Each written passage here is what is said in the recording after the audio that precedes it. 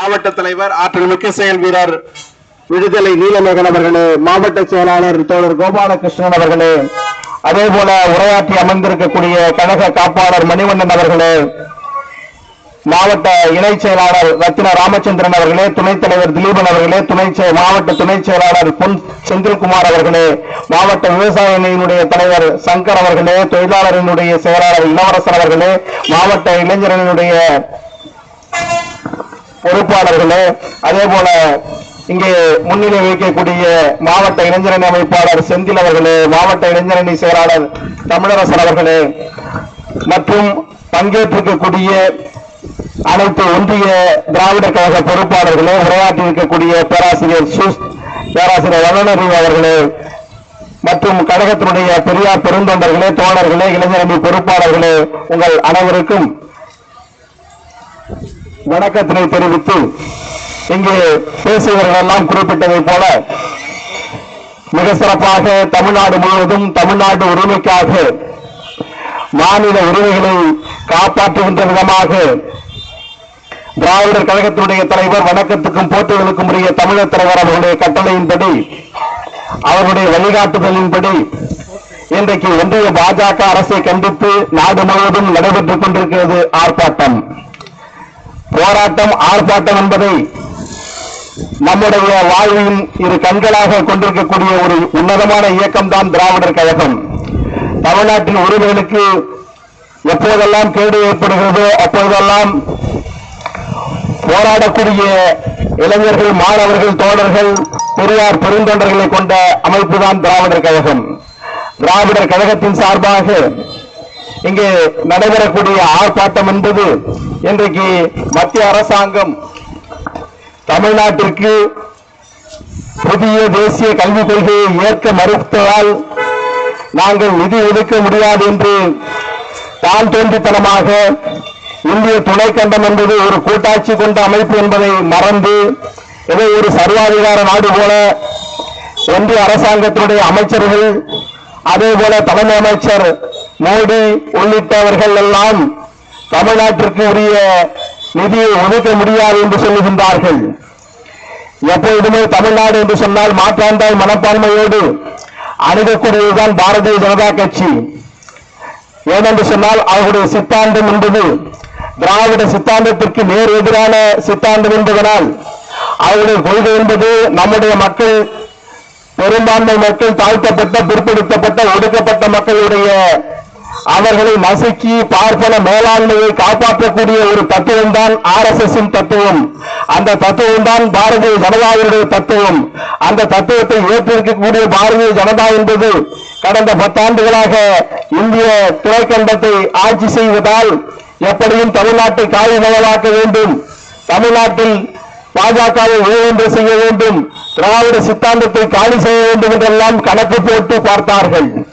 அவர்கள் தலைகீழாக தண்ணீர் குடித்தாலும் மாற்ற முடியாத ஒரே மாநிலம் தமிழ்நாடு, தமிழ்நாடு என்று தந்தை பெரியாரின் மண்ணாக இருக்கிறது என்று சொன்னால் அதற்கு காரணம் இந்த தத்துவம் வேறொன்றி இந்த மண்ணிலே பெரும்பான்மை மக்களான ஒடுக்கப்பட்ட, அடக்கப்பட்ட, உரிமை மறுக்கப்பட்ட மக்களின் ரட்சகராக தந்தை பெரியாரும், பேரறிஞர் அண்ணாவும், பெருந்தலைவர் காமராஜரும், முத்தமிழறிஞர் கலைஞரும், தமிழர் தலைவர் ஆசிரியர் வீரமணி அவர்களும் காப்பரனாக இருந்து செயல்பட்டுக் கொண்டிருக்கின்ற காரணத்தினால் மிகப்பெரிய அளவிற்கு அவர்கள் சித்தாந்தம் இங்கே வேறொன்று முடியவில்லை என்ற ஆத்திரம் கொப்பளிக்கிறது. இந்தியை திணிப்போம் என்று அன்றைக்கு காங்கிரஸ் ஆட்சியிலே இருந்தபோது கூட அப்பொழுது பார்ப்பனர்கள், RSS காரர்கள் காங்கிரசிலே ஊடுருவி அவர்களெல்லாம் திட்டம் போட்ட போது கூட இந்தியை ஏற்க மறுத்த மாநிலம் தமிழ்நாடு என்பது வரலாறு நமக்கு சொல்லுகிறது. மிகப்பெரிய இந்திய எதிர்ப்பு போராட்டம் நடைபெற்று அதனால் ஆட்சி மாற்றமே ஏற்படக்கூடிய ஒரு நிலை ஏற்பட்டது என்பதெல்லாம் வரலாறு.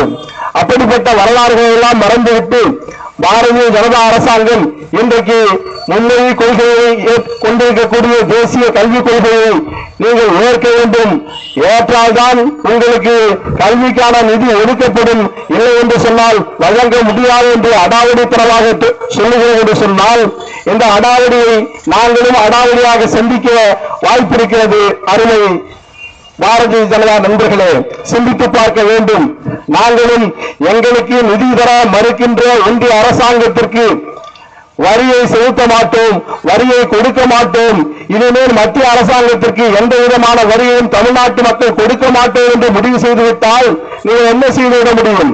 நாட்டிலே ஒருவரா 2 பேரா நீங்கள் ஒடுக்கி விடலாம், அடக்கி விடலாம் என்று மனப்பால் குடிக்கலாம். ஆனால் நினைத்து பார்க்க வேண்டும், எங்களுடைய உரிமைகளை நாங்கள் கேட்கின்றோம். உங்களுக்கு இந்த நாட்டிலே மிகப்பெரிய அளவுக்கு ஜிஎஸ்டி வரியை கட்டக்கூடிய மாநிலம் தமிழ்நாடு என்பது நம்முடைய மத்திய அரசாங்கத்தினுடைய புள்ளி விவரங்களில் இருந்து தெரிகிறது. இன்னும் பத்தவில்லை என்று சொன்னால் ஏராளமான டோல்கேட்களை போட்டு அது வரியை மேலும் மேலும் வாகன கட்டணத்தை ஏற்றிக் கொண்டே இருக்கின்றீர்கள். அதிலும் மிகப்பெரிய அளவிற்கு வருமானத்தை கொடுக்கக்கூடியதாக தமிழ்நாடு இருக்கிறது. ஆக இன்னும் பல்வேறு விதமான வருமானங்களை உங்களுக்கு அள்ளித்தரக்கூடிய ஒரு மாநிலத்திலே எவ்வளவு ஒரு மோசமாக கல்வியை பாதிக்கக்கூடிய ஒரு நிலையிலே இன்றைக்கு நீங்கள் கல்விக்கு நிதி ஒதுக்க மறுக்கிறீர்கள். அவர்களுக்கு இது சாதாரணம் தான், நமக்கு அதிர்ச்சியாக இருக்க முடியாது. ஏனென்று சொன்னால் அவருடைய கொள்கையை நாம் அறிந்தவர்கள். சூத்திரனுக்கு எதை கொடுத்தாலும் கல்வியை கொடுக்காது என்று சொன்ன கூட்டம் RSS கூட்டம், பார்ப்பன கூட்டம், பாரதிய ஜனதா கூட்டம். அப்படிப்பட்ட கூட்டம் நம்முடைய மக்கள் உயர்கல்வியிலே சிறந்து விளங்குவது, தொடக்க கல்வியிலே சிறந்து விளங்குவது என்பதை ஏற்க முடியுமா? நேரடியாக அவர்கள் ஏற்க முடியாததால் இந்த புதிய கல்விக் கொள்கை என்ற திட்டத்தை அவர்கள் அறிவிக்கின்றார்கள். புதிய கல்விக் கொள்கை என்றால் ஏதோ புதிய கல்வி, புது மாதிரியான கல்வியை நம்ம மக்களுக்கு கற்றுக் கொடுப்பார்கள் என்று நாம் எண்ணிவிட முடியாது. பழைய கல்விக் கொள்கை தான் அவர்களை பாட்டன் ராஜாஜி கொண்டு வந்த குலக்கல்வி திட்டத்தை தான் நேரடியாக கொண்டு வர முடியாது. அப்பன் தொழிலை பிள்ளை செய்ய வேண்டும் என்று சொன்னால் இப்போது அடிப்பார்கள் என்பதனால் புதிய கல்விக் கொள்கை என்ற பெயரிலே கொண்டு வந்து நம்முடைய மக்களை, மாணவர்களை பாகுபடுத்தி மாணவர்களை 5ஆம் வகுப்பு வரை அவர்களுக்கு எந்த விதமான தேர்வும் கிடையாது என்று சொல்லிவிட்டு அதற்கு பின்னாலே தேர்வு வைப்பார்களாம். அதிலே மாணவர்கள் A, B என 2 பிரிவாக பிரிக்கப்படுவார்களாம். அப்படி பிரிக்கப்பட்ட மாணவர்கள் ஏதோ அறிவியல் பாடத்தில், கணித பாடத்தில் மதிப்பெண்கள் குறைவாக எடுத்துவிட்டால் அவர்கள் எல்லாம் ஒதுக்கிவிட்டு தொழில் கல்வியை போல அனுமதிக்கிறார்களாம். தொழில் கல்வினா என்ன? அப்பன் செய்யக்கூடிய அந்த கல்வியை அனுமதிப்போம் என்று சொல்லுகின்றார்கள். 5வது 6வது மேல அவன் படிக்க மாட்டானா? சில பேர் 10வது வரைக்கும் நல்லா படிக்க மாட்டான், அலட்சியமா இருப்பான். 10வது மேல போனா அவன் மிகப்பெரிய அளவிற்கு படித்து பட்டங்களை பெற்றவர்கள் ஏராளமாக தமிழ்நாட்டில் உண்டு. பல பேர் படிச்சாதான் அறிவாளியா? எவ்வளவு அறிவாளிகள் நாட்டில் உருவாகி இருக்காங்க. அவங்க உயர்கல்வியெல்லாம் சாதாரணமா படிப்பாங்க. இந்த நிலையெல்லாம் மாற்ற வேண்டும். அப்பன் தொழிலை பிள்ளைகள் செய்ய வேண்டும். அதற்காக நிதி வேண்டுமானாலும் ஒதுக்குகிறோம் என்று சொல்லக்கூடிய அரசாங்கமாக பாரதிய ஜனதா அரசாங்கம் இருக்கின்றது. அருமை தோழர்களே, எண்ணி பார்க்க வேண்டும். தமிழக பெருமக்களே, நாட்டிலே எதுக்காக நிதி ஒதுக்கியிருக்கானா? பாரதிய ஜனதா நாட்டை பிடிப்போம், நாங்கள் ஆட்சியை பிடிப்போம், திராவிடத்தை அகற்றுவோம் என்று சொல்கின்றார்களே, அவர்கள் தமிழ் மொழிக்காக நிதி ஒதுக்கியிருக்கின்றார்களா? செப்பமொழி சமஸ்கிருதத்திற்கு வேண்டுமானால் நிதி ஒதுக்குவார். சமஸ்கிருதத்தை இங்கே யார் பேசுகிறார்? யாராவது பேசுறாங்கன்னா பார்ப்பானே பேசுறது இல்ல. எந்த மந்திரம் சொன்னாலும் சரிதான். அந்த மந்திரம் சொல்லி முடிச்ச பிறகு தட்டுல தட்சணை வைங்கன்னு தமிழ்ல சொன்னாதான் புரியுது. அப்ப தட்டுல தட்சணை வைங்கன்னு நம்ம சொல்லுவோம்னா பணம் வைக்க மாட்டோங்கிறதுனால தமிழில் பேசக்கூடிய அந்த பார்ப்பான் அவன் வீட்டுல கூட சமஸ்கிருதத்துல பேசுறது இல்ல. ஆனா அந்த மொழியை மேம்படுத்த வேண்டும், அந்த மொழியை பிரபலப்படுத்த வேண்டும் என்பதற்காக ஏராளமான நிதியை ஒதுக்கக்கூடிய பாரதிய ஜனதா அரசாங்கம் தமிழ் என்று உயிர் மூச்சு. எங்க போனால் தமிழ், நீங்கள் தமிழ் என்று பேசுகிற பிரதமர் எங்கேயாவது பேசிக்கிட்டு இருக்கார். தமிழ் பார்த்தீங்கன்னா நம்ம தொல்காப்பியம் என்பாரு, புறநானூறு இருந்தாரு, எல்லாம் சொல்வார். எல்லாம் சொல்லக்கூடிய பிரதமர் தமிழ்நாட்டுக்கு தமிழுக்கு நிதி ஒதுக்குன்னு சொன்னா ஒதுக்க மாட்டார். அப்ப தமிழுக்கு நிதி ஒதுக்க மாட்டார். ரயில்வே திட்டத்துல பாருங்க, தமிழ்நாட்டுக்கு ஏதாவது பெரிய திட்டம் அறிவிச்சிருக்கான்னு கேட்டா மத்திய அரசாங்கம் தான் அறிவிச்சிருக்காங்க கேட்டா கிடையாது. நாமளும் பல வருஷமா பேசிக்கிட்டு இருக்கோம். கும்பகோணத்திலேயே ஜெயலலிதாவிலேயே அரியலூரிலேயே பெரம்பலூருக்கு ஒரு ரூட் விடுங்கன்னு காங்கிரஸ் அரசாங்க காலத்துல ஒரு திட்டத்தையாவது திட்டினாங்க. அதுக்கு பின்னால 10 ஆண்டு காலமாக பாரதிய ஜனதா அரசாங்கத்தில் ஒரு துரும்பையாவது கிள்ளி போட்டிருக்கானா? எதுவும் கிடையாது. இப்ப ரயில்வே திட்டத்துல பட்ஜெட்ல பாத்தீங்கன்னா 1700 கோடி நம்ம தமிழ்நாட்டுக்கு ஒதுக்குறோம்னு சொன்னா, ஆனா பாத்தீங்கன்னா இப்ப கேட்டா 300 கோடி தான். அது ஏற்கனவே நடைபெற்று இருக்கக்கூடிய திட்டங்களுக்கு தாங்கிறான். அப்ப அறிவிப்பு ஒண்ணு, பட்ஜெட்ல அறிவிக்கிறது ஒண்ணு, அதை நடைமுறைப்படுத்தக்கூடிய அளவுக்கு ஒரு புத்தகம் போடுறான் பாருங்க. அதுல பாத்தீங்கன்னா இதெல்லாம் இல்ல. இப்ப ஏமாற்றக்கூடிய அரசாங்கமாக இந்த அரசாங்கம் செயல்பட்டுக் கொண்டிருக்கின்றது. இப்படிப்பட்ட அரசாங்கம் இன்றைக்கு எவ்வளவு ஒரு மோசமான நிலையில் இருக்கிறது. அப்ப இந்த நிதியை ஒதுக்கணும்னு சொன்னா ஒதுக்க முடியாது என்று நீங்க வேணா கையெழுத்து போடுங்க, மும்மொழி கொள்கை ஏற்றுவீங்க, இந்திய ஏற்றுவீங்க, உடனடியா நாங்க கையெழுத்து போடுறோம், 1.5 மணி நேரத்தில் கையெழுத்து போடுறோம், 1 மணி நேரத்தில் கையெழுத்து போடுறோம் என்றெல்லாம் ஒன்றிய அமைச்சர்கள் சொல்லுகிறார் என்று சொன்னால், இதேபோல் தமிழ்நாட்டுடைய முதலமைச்சர்களும் தமிழ்நாட்டுடைய அரசியல் கட்சிகளும் பாரதிய ஜனதாவை தவிர அனைவரும் ஒன்றுபட்டிருக்கின்றார்கள். தமிழ்நாட்டுடைய நிதியை நாம் பெற வேண்டும், தமிழ்நாட்டு மக்களுடைய உரிமையை விட்டுத்தர முடியாது, மாநில உரிமையை நாம் விட்டுத்தர முடியாது என்று அவர்கள் சொல்கின்றார்கள். கலைஞர் அவர்கள் என்ன சொன்னார்? உறவுக்கு கை கொடுப்போம், உரிமைக்கு குறை கொடுப்போம் என்று சொன்னார் அல்லவா? அப்ப நம்ம உறவுக்கு இந்த தமிழக அரசாங்க ரீதியாக உறவுக்கு கை கொடுக்கவும் தயாராக இருக்கின்றார்கள். ஆனால் உரிமையை ஒருபோதும் விட்டுக் கொடுக்க மாட்டோம் என்று சொல்லக்கூடிய ஒரு இயக்கமாக திராவிட முன்னேற்ற கழகம் இருப்பதனால் அவர்களுக்கு ஆத்திரமாக வருகிறது.